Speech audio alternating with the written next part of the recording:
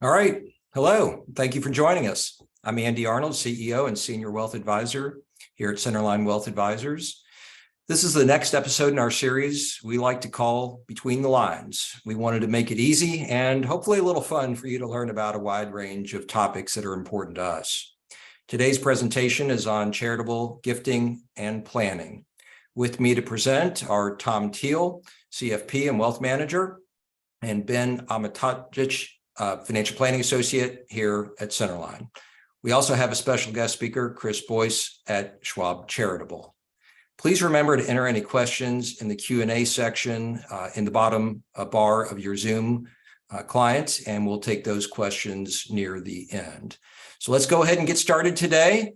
Trust everyone can see the presentation here on screen. Charitable Gifting Planning Strategies. Tom? Why do people like to give anyway? Yeah, so it may seem maybe a silly question on the face of it, but really we run into all kinds of different situations where people are interested in charitable giving. Number one, kind of top of the list is just fulfillment. Makes people feel good. Maybe they're just running clothes down to Goodwill, could be canned goods, all the way up to cash, appreciated stock. It can be just about anything, but usually that's definitely a component. Recognition. So recognition meaning you give to something or someone, either for recognition for yourself or recognition for a loved one. Maybe you're donating in someone's name. Maybe you're donating to a larger cause where they recognize you or put a plaque up somewhere, something like that. That can be important to people as they get older when they start thinking about their legacy. Tax advantages. So this one is a pretty common one. Everybody generally wants to know sort of what's the tax advantage for charitable giving.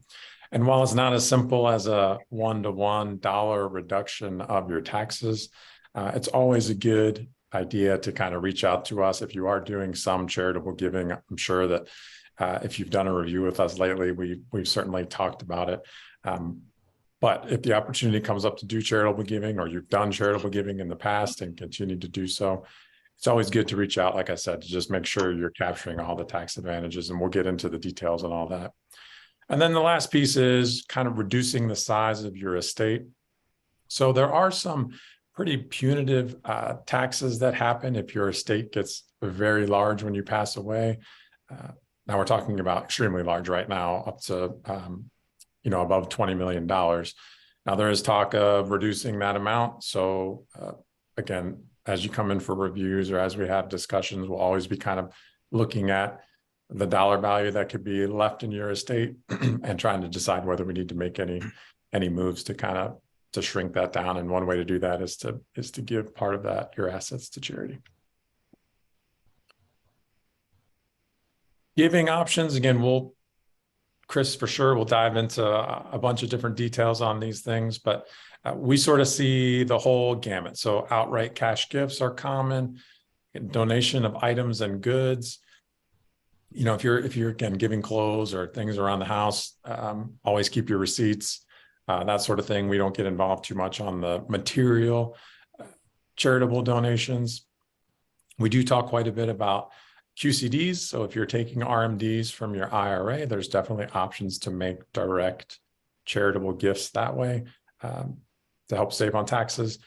Donor advised funds is another one we come across quite a bit. And again, Chris will dive into the details of these, but this is sort of a good way to put a large sum into a charitable fund to take advantage of the tax benefits in a given year and then spread those donations out. And then the last few here are sort of more for, we'll say for more special cases, but we do see them occasionally. Things like family foundations, charitable remainder trusts, and charitable lead trusts. These kind of things we'll definitely see if there's an opportunity for you to take advantage of some of these vehicles. But again, these things will all be discussed kind of during your annual reviews. All right. Why don't you enlighten us on some of the big tax law changes that came to be a few years ago? I think a lot of people still are catching up with this and don't really quite grasp some of the very sizable changes that happened in the tax code. Not that we always want to gets- delve that too always gets deeply the into fun tax stuff. code here, but just to pull out some of the highlights as they relate to charitable giving. Yeah, so I think unfortunately this is still something that people are adjusting to. In 2018, the Tax Cuts and Jobs Act did a lot of things to change how Americans file taxes in general.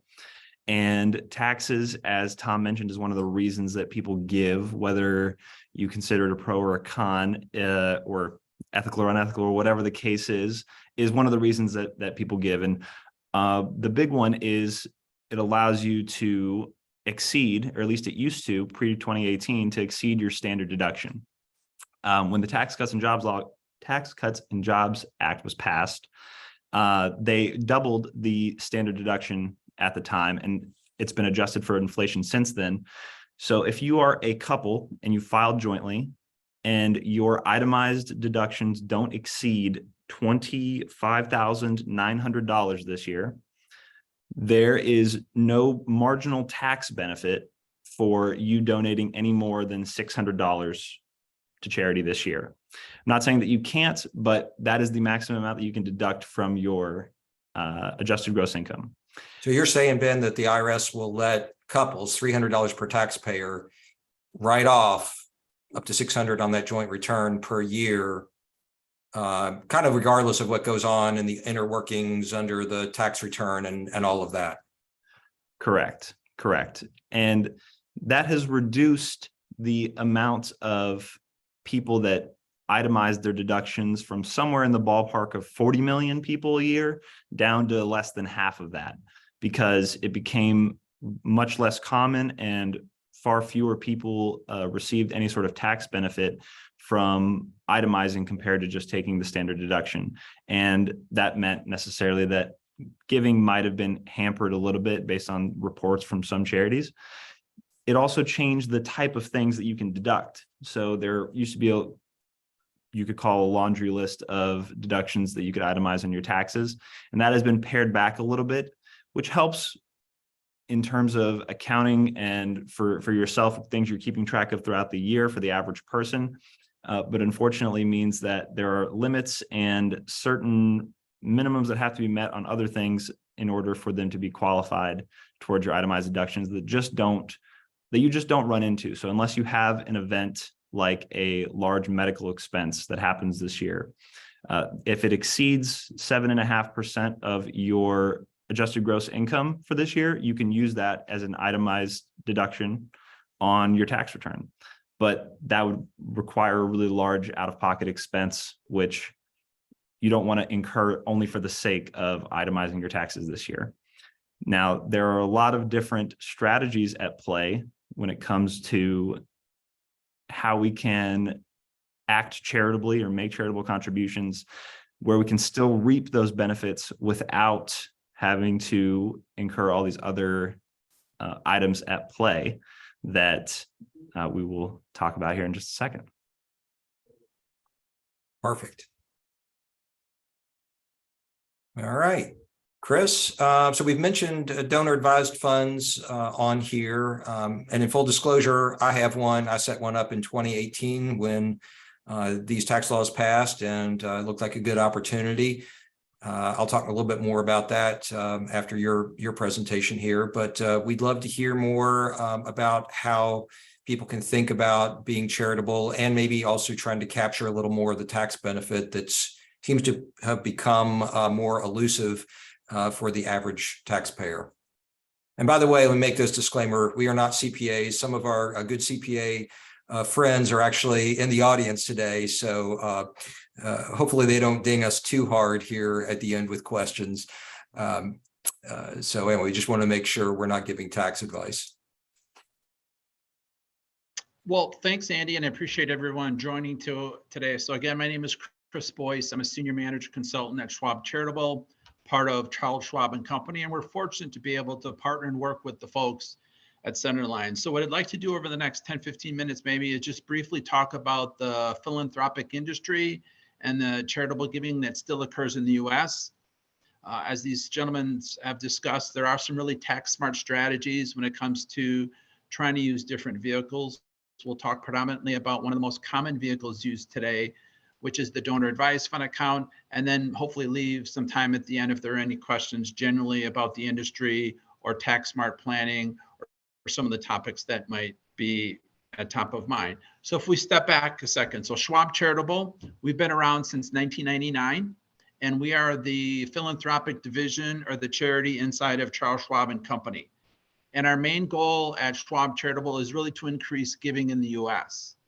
And as you can see on this slide, if you go back to the early 80s, because charitable planning and tax smart strategies have been around for a long time.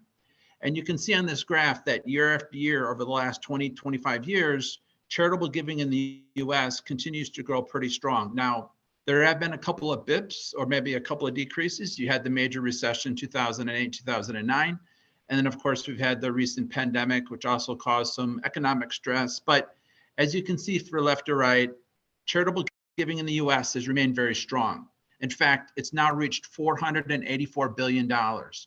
So the $484 billion, and predominantly 70% of that is from individuals. All of you on the phone, all the wealth advisors that you work with at Centerline, they continue to work with clients who are philanthropically inclined.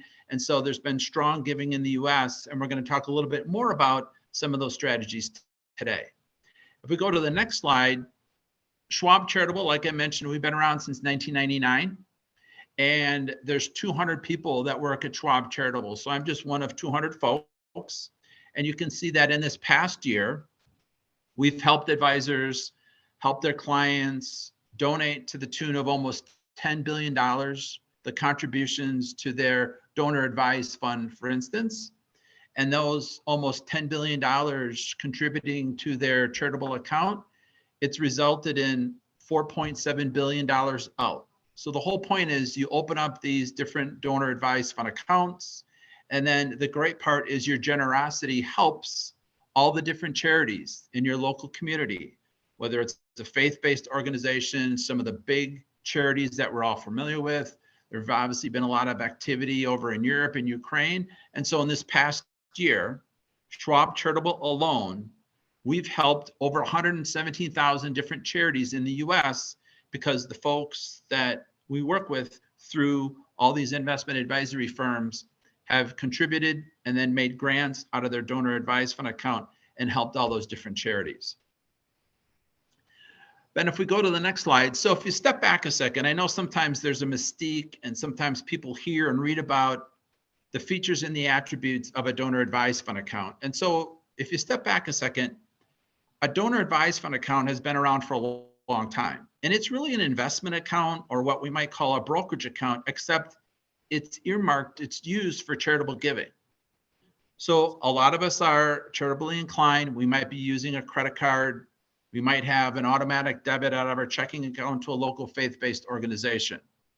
But what we're going to talk about and how you can work with your advisors at Centerline is that maybe there's some more tax smart strategies to incorporate into your wealth planning strategy. For instance, you might have done well on some publicly traded securities, maybe a mutual fund or a common stock. And so the IRS governs this. The IRS allows you to take advantage of gifting low-cost stock to a 501c3, what happens to be Schwab Charitable, which happens to be the donor advised fund account as the vehicle. So what's done is working with your financial advisor, you could open up a donor advised fund account like Andy alluded to. So back when the Tax Reform Act happened in 2018, smartly so, there was an opportunity, maybe I'll open up a donor advised fund account. So I open it, I put it in a succession plan with my family, my children, et cetera. I can contribute to the vehicle. Then the second thing that's really, really compelling is any future gains, any income, any dividends grow tax-free. And then the IRS doesn't require that you start giving the money away all immediately. So for instance, someone like Andy or any of you on the phone, you may have opened it back in 2018, 2019, and the account will live on. And so you could just give a little bit each year. So any of the capital appreciation, any of that dividend income, it grows tax-free. It's very easy to contribute it. And then it's very easy to identify those charities, those not-profit organizations. You put in the request to Schwab Charitable, and then the money sent out to the charity. So that's how the donor advised fund account works essentially. Let's go to the next slide, Ben, and we can kind of take advantage of, let's say, a simple example. So let's take my case. So full disclosure, like Andy and everyone else, my wife and I opened up a donor advised fund account 3 years ago. And I was fortunate in that due to an inheritance from a mother-in-law, we were able to receive some Wells Fargo stock. And my in-laws had done pretty well with this Wells Fargo stock, and we had low cost on this Wells Fargo stock. So one idea would be, let's say option one compared to option two. So one idea would be to say, okay, we've just received some Wells Fargo stock through an inheritance, and it's in our taxable brokerage account at Schwab. My wife and I are charitably inclined. We could sell that Wells Fargo stock. It would generate some cash. We, of course, would have to pay capital gains tax on it. And then we could use the net proceeds from the sale of this taxable security to help give money to charities. It's perfectly fine. However, by using a donor advised fund account, the IRS will allow you to go to a more tax smart strategy, option two. So instead, in lieu of, I still have some of that low cost publicly traded stock in our joint brokerage account. I could work with an advisor and say, you know what? We'd like to open up a donor advised fund account. Could you help us do that? So Centerline can help you open up a donor advised fund account. Now in option two, I journal over some of that Wells Fargo stock from our taxable brokerage account to our donor advised fund account. So what happens is, now I've not paid a penny of capital gains tax on the donation of the Wells Fargo stock because I've gifted it to a charity, to a 501c3, which happens to be Schwab Charitable, which happens to be a donor advised fund account. So once the stock moves over, Schwab Charitable will sell that stock, and then I could use the proceeds in the donor advised fund account to make the same gifts to charities that I did before.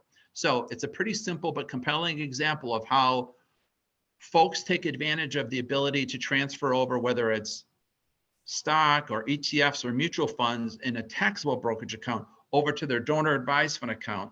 When that happens, they don't pay a penny of capital gains tax. And then they use the money in the donor advised fund account to, again, make gifts to charities and donate to the organizations that they like, instead of a credit card, instead of a checkbook. And this is to supplement. That doesn't mean you need to take away from how you're already giving to charities. Using the donor advised fund account, using this example we've just described, it's just a little bit better of a tax smart strategy going forward. And if anyone has any questions, obviously we could definitely answer them accordingly.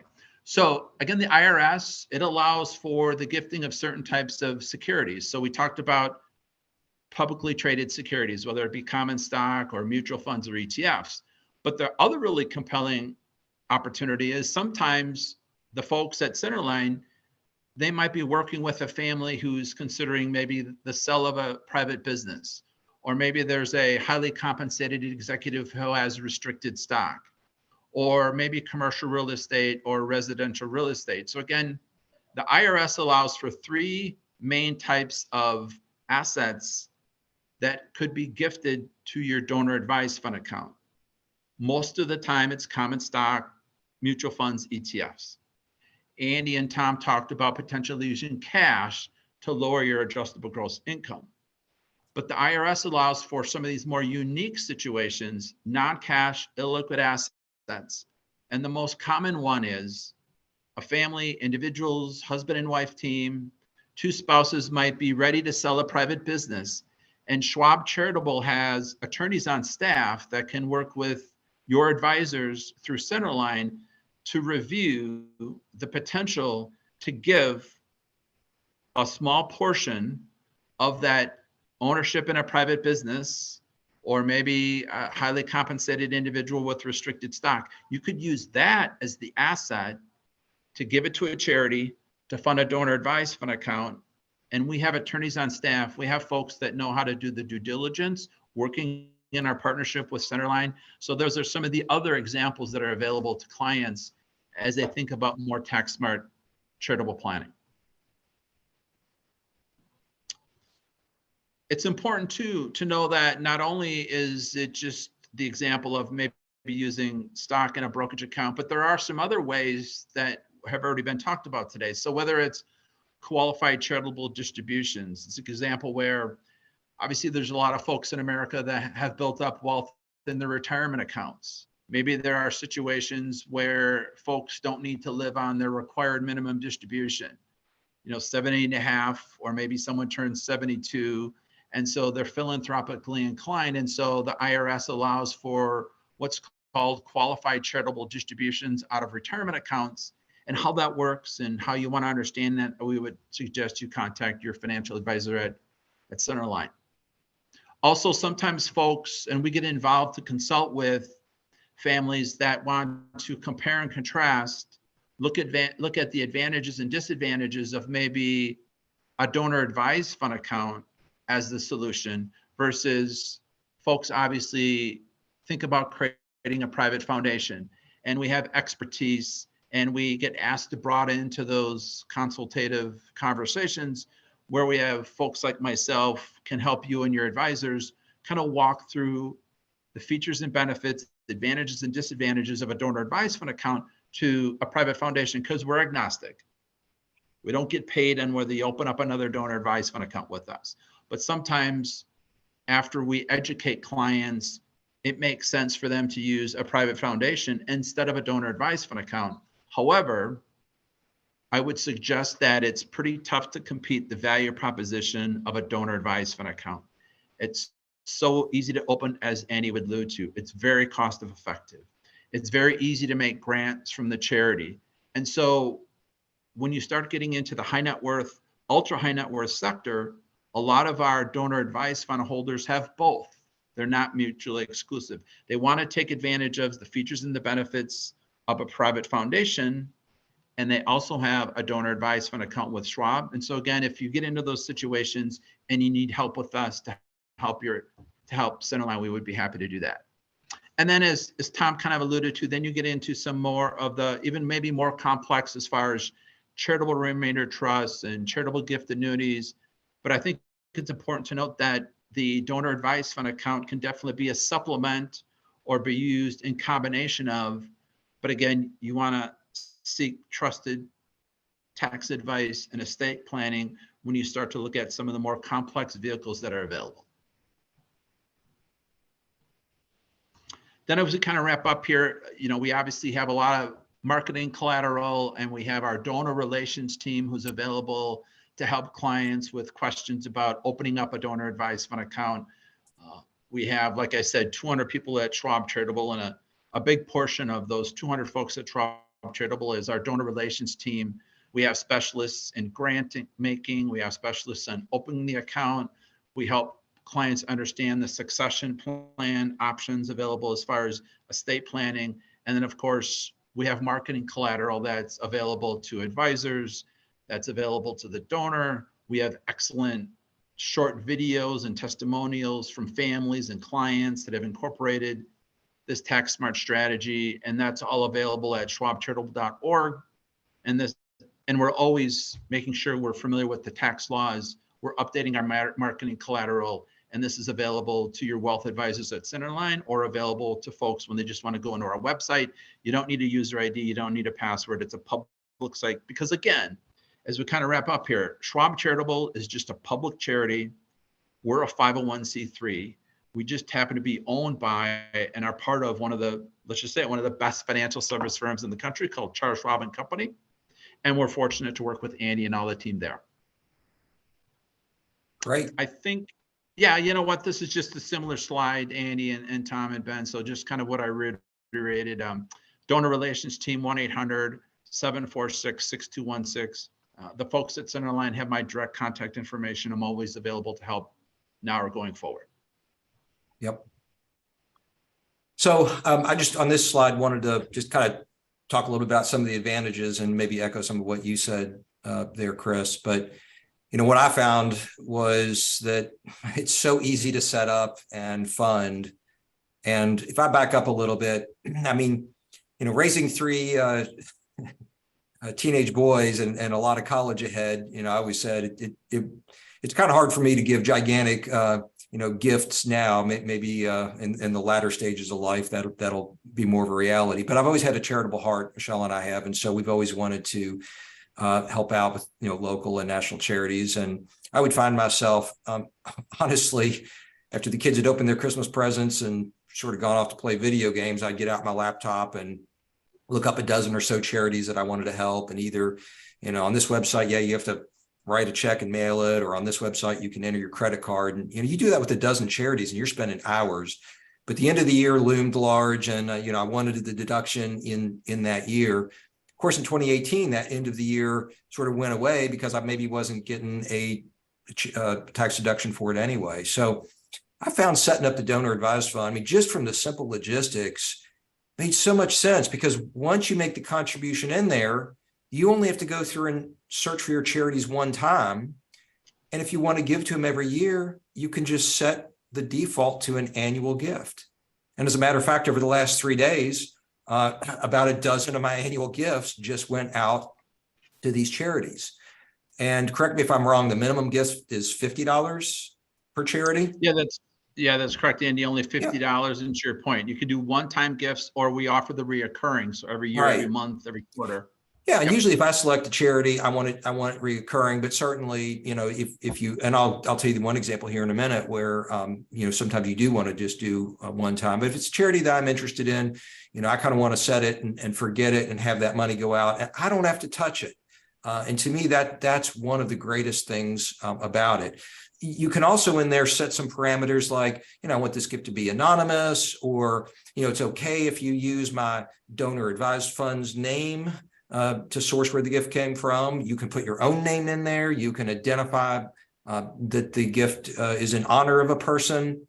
Maybe you can often select how you want the gift to be used. So if it's a university and you want it to be used for scholarships for students, you can select that. Or you can say just sort of for general expenditures, I just want to have the organization decide how they see fit. So you can set all those parameters up. It sounds like a lot, but it's not, because you just click through a few boxes. And that's great. You don't really have to think about it. Another area I love is the second bullet point is you get sort of a pre-qualifying of legitimate 501c3 charities. And I'll give you the perfect example. Earlier this year, when the war broke out in Ukraine, and of course, we're seeing on TV all these poor families streaming out of their homes, I want to help. Well, I don't know how to help other than I have a donor advised fund. But of course, whenever something like that comes up, you're always afraid if you just go on the internet and search for how to give, are you going to get scammed? Or if something comes in the mail or an email, are you going to get scammed?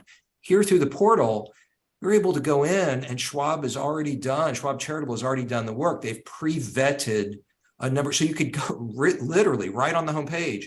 You want to help the situation in Ukraine, click here. And there are 5 pre-qualified where Schwab Charitable has gone out and kicked the tires to make sure those charities are qualifying 501c3s that have a high ratio of utilization of the gifted funds. So we want to make sure that those ratios are very high. Select one or more of those charities, dial it in for a one-time gift, put your dollar amount in and hit send, and you're done. When the hurricane came through Florida earlier this year, same kind of thing. You could go in and figure out how you can help. So very easy. And I think it allows you to have confidence that you're not stumbling into something that I have no idea if this is a legitimate charity or not. And of course, I've already talked about the ease of use on the recurring gifts. You get a breakdown at the end of the year that shows where all the gifts went. But the other interesting thing about this whole structure is you're not getting a tax deduction for each gift that's kind of going out the door to the charity. You get the deduction up front when you bunch several years worth of charitable gifts and you get above that standard deduction. So that's really what we're trying to do, is make this more tax efficient now and overall, and then help our families figure out better ways to give money and just make it easy, take the pain out of giving. And I think that's really what it does. So I know we want to leave some room for questions. So let's see if we have any of those. But I will kick it off with a question because Chris, I noticed on one of your slides that it said that one option is to gift art.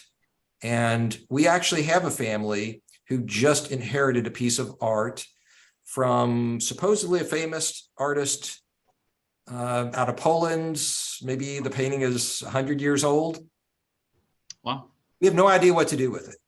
We have no idea if they need to try to find an appraiser. What can Schwab Charitable help that family figure out of a course of action? Yes. And what we could, Andy, and if Ben, maybe you could go back a couple of slides, if you don't mind, on the fly here, that one slide that talked about the different types of assets. So right there, pause. So most of the time, as you work with your financial advisors, it's going to be the use of publicly traded securities. Maybe you want to lower adjustable gross income for cash. We talked about selling of a private business, but art and other collectibles. So yes, the answer, Andy, is we periodically get asked to help families because of artwork or antique cars or rare coins. So we would have our attorneys get on the phone with you, and there's three primary things that have to occur. So number one, we need to see a clear liquidity event over the next month or two. We don't want to own that artwork. So the client comes to you and says, we have this 100-year-old piece of artwork and we're planning to sell it sometime in the first quarter. We don't know exactly when, but it's going to be maybe February or March. So we definitely plan to sell it. So first of all, we have to see a clear liquidity event over the next 60 to 90 days. Number two, to your point, Andy, that family, those donors need to go, and again, per the Internal Revenue Service, they go and have to hire somebody and get that artwork independently appraised. In fact, there's a form that they have to fill out along with their appraisal of the art. And then third, we would just ask that we need a couple of weeks to help that donors do the due diligence. Are they interested in potentially donating this rare art to a 501c3, which happens to be Schwab Charitable, and then the vehicle could be the donor advised fund account. So then they've found somebody who's planning it to be sold to. They've had it independently appraised. They've allowed an attorney on my staff to help this client with giving it to a charity. And then when it's sold, and let's say it's eventually sold for $100,000 and maybe there's a commission, again, the net proceeds, whatever's received from the sale of that art, that money is then contributed and deposited to their donor advised fund account, and they don't have to pay any capital gains tax or any tax on that asset, because instead of selling it outright and have to file that as, let's say, income, they've simply given that 100-year-old painting to Schwab Charitable. We've helped them do the due diligence. They now are eligible for that tax benefit, and they use the proceeds from the sale of that art, because we don't want to own any art. We don't want any own rare coins. We don't want to own any private businesses, but the proceeds from the sale of these non-cash illiquid assets can be used to fund their charitable giving account at Schwab, which might accelerate some of that family philanthropy that they're already doing. Hopefully that answers the question. It does. That really helps. Does Schwab Charitable have resources that they can refer? Like in this case, do you have a list of appraisers that can look at art and help the family? Because in some cases, families just don't know where to go. And to your example, sure, they might be very happy saying, "Hey, if this is worth 100,000, I'd love to put it in my donor advised fund." But if it comes back and they find it's worth 100 million, they might say, "We really want to keep this and find a different way to contribute that 100,000." Unfortunately, no. And there's a reason why, is because we want to be very, very far away from the appraisal and what the amount of the tax benefit is. So unfortunately, and because there's so many different types of assets, Andy, it's a great question, but usually in the local community, like let's say that it's, Kansas City, Missouri, right? So somebody in Kansas City, Missouri, probably there's a friend of a friend, or your estate planner, or your wealth advisor, or your CPA will probably be able to find an independently objective opinion on that artwork. But yeah, Schwab Charitable, we really want to keep a distance from that. So Arm's unfortunately, length. we don't really offer any help there. Okay. All right. That tells me what I need to know. All right, so don't forget, you can enter questions in the Q&A section here in Zoom if you would like to ask a question. We actually have here, it's not a question, it's actually a statement. This is from one of the smartest guys I know, who is a retired actuary. So Chuck, we really appreciate you more than you can know. So he says here, and he's right, we didn't emphasize this enough. He says, don't forget the advantages of the qualified charitable distribution, the QCD from the IRA. He says it can lower part of Social Security that is taxable, sometimes reduce Medicare Part B and Medicare Part D extra premiums for high income households, and can possibly increase health-related deductions since a QCD can lower one's income used in the 7.5% AGI threshold to calculate the deductible part of health-related expenses. So I think what Chuck is getting at here is that when you have an IRA, once you turn 70 and a half, you can gift up to $100,000 each year to a charity directly from the IRA. And that does a couple of things.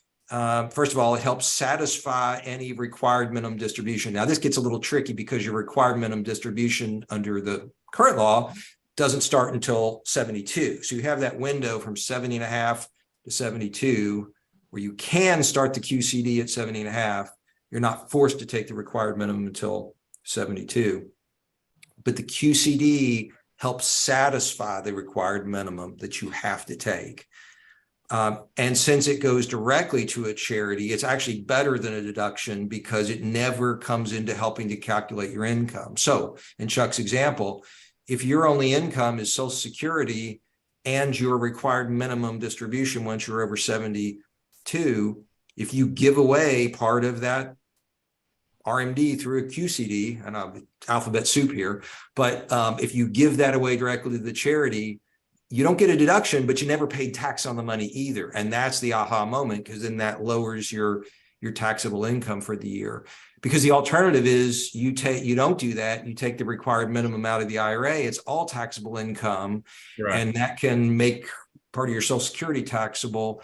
And then, but it never really helps you from a tax perspective because you don't get over the standard deduction anyway if you then turn around and try to give it to charity. So it's kind of a double whammy all the way around. And, you know, this planning has gotten a lot more complex. When I got into this business, it was pretty straightforward and easy. And then Congress keeps changing all these tax rules. And it's, you know, that's why we have. They'll keep changing them.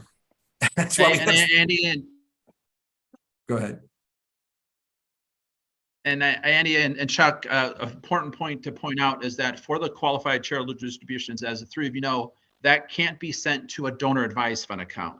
It has to be to an operating charity, 501c3 with the IRS. So folks might leave this conversation a year from now, go, oh yeah, this is really great. You know, I want to take my required minimum distribution. I don't need to live on that money. I want to try to donate it to my donor advised fund account.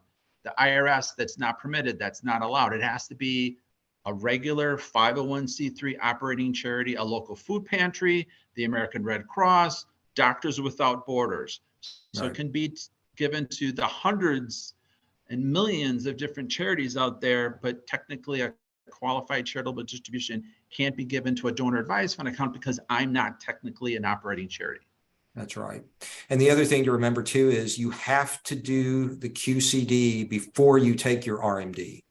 If you've taken your RMD for the year, you can no longer do your QCD. Right. So a lot of people they take their RMD on January 2nd, and then on December 27th, they want to make a QCD and it's too late for that year. So you do have to, the order of operations is also pretty important here. Okay, let's just take another minute, see if any other questions come in. That was a good one. And Chris, thanks for obviously making that point as well. You know, maybe if we can, Tom, and you alluded to it, and maybe Andy, you know, as folks think about a question. So that tax bunching, again, just to put another finer point on that. So the example would be folks might be charitably inclined, and Ben, you mentioned it. So every fall they give to 3 or 4 or 5 different charities, $10,000, $15,000, $20,000 every fall. And then they're going to do that again in 2023, and they're going to do that again in 2024. But a real tax smart strategy is to say, well, you know, my wife and I, what if we took 2 years and bunched it into now? So I could open up a donor advised fund account. I could take maybe $20,000 to the 3 or 4 charities that I do every fall. If I'm in a position and we're able to take maybe the $20,000 that we were going to do next year. So now I've taken about $20,000 to several charities this year through my donor advised fund account. And I've taken another 20 grand from next year. Now I have approximately $40,000 that I've given to my donor advised fund account. That's going to put me over that itemized hurdle. So I would normally not be able to itemize right now because everyone usually takes the standard deduction. But the strategy called bunching, which is pretty easy to understand, I'm going to bunch 2 years worth of gifts into 1 year. It might allow me to itemize which one then I itemize. It opens up a whole cadre, right? It opens up a whole area of things that could be additionally potentially written off because I've bunched 2 years worth of giving, 2 years worth of gifts into 1 year. It allowed me to get over the itemized hurdle. Yeah. Chris, here's a good question. So can you talk a little bit about what's the, we talked about the minimum gift out of the donor advised fund of $50, but can you talk about what's the minimum to set one up? What's the minimum amount you have to contribute to kind of get going? And what's the, this is a good part of the question, what's the maximum you can put into the donor advised fund at any one time? Okay, so great question. So at Schwab Charitable, we have no minimum amount. You could open it up for $50, for $100, for $1,000. So Schwab has no account minimum. We also don't have an annual account minimum fee. You're just going to be charged whether you have $50 in the donor advised fund account or $1,000 or 1.1 million. The second part of that question, the IRS allows for no maximum to what could be contributed to a donor advised fund account. 100,000, 1 million, 10 million, 50 million. We had a case this summer where the family sold a private business and they were very all of a sudden philanthropically inclined because we opened up 3 donor advised fund accounts, each with approximately $50 million. And so that's obviously a very unique, abnormal case. So there's no minimum amount, there's no maximum amount. It's just an opportunity for you to basically use the donor advised fund account instead of maybe a credit card or maybe a checkbook.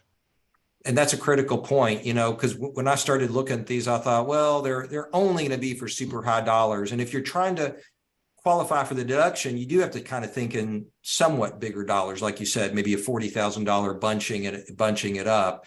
But for some people, that's kind of out of reach. And certainly as financial planners, when we're looking at making someone's financial plan work out in the long run, one of the things I always say is it's important to be charitable, but it's just important that you never become charity yourself. So we need to think about these things. But for somebody that doesn't want to make those large gifts, but they just want the convenience of being able to log in and, you know, bang out some charities and get some money sent, you know, even if they opened an account with $5,000 and gave $500 away for 10 years, I mean, that's not a bad thing either. Plus, Tom, talk about like additional contributions, right? So a husband and wife, 2 spouses could open it up this year for $1,000 and then next year. And as they accumulate more assets, they could make additional contributions. And then Tom, talk about a succession plan, right? So you basically create kind of like a little mini endowment. My daughters are going to inherit my donor advised fund account and maybe my grandkids. So it's almost like a stretch IRA. You can continue to fund the account in your lifetime. And then if you predecease the assets in the donor advised fund account, you want to put a succession plan on it, right? My one daughter, Kylie, is going to receive half of whatever's left in the donor advised fund account when our estate is settled. And my second daughter, Amy, is going to receive the other portion. And then they now have a donor advised fund account in their name that they will then enjoy their own benefits and their own tax benefits for their lifetime. Great point.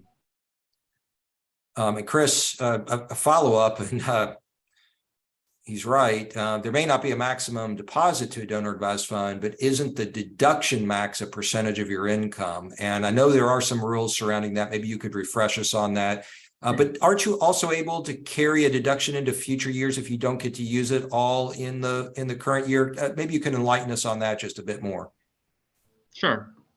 So the IRS, there's three things there. So the IRS says that if you transfer, if you donate low cost stock, you pay zero capital gains tax when you do that. So it's zero.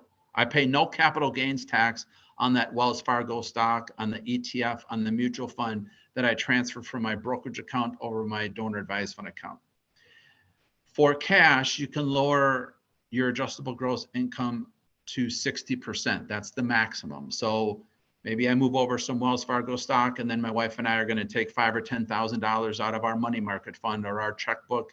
I can lower my adjustable gross income up to 60%. Third, if it's a mixture of stock and cash, then it depends.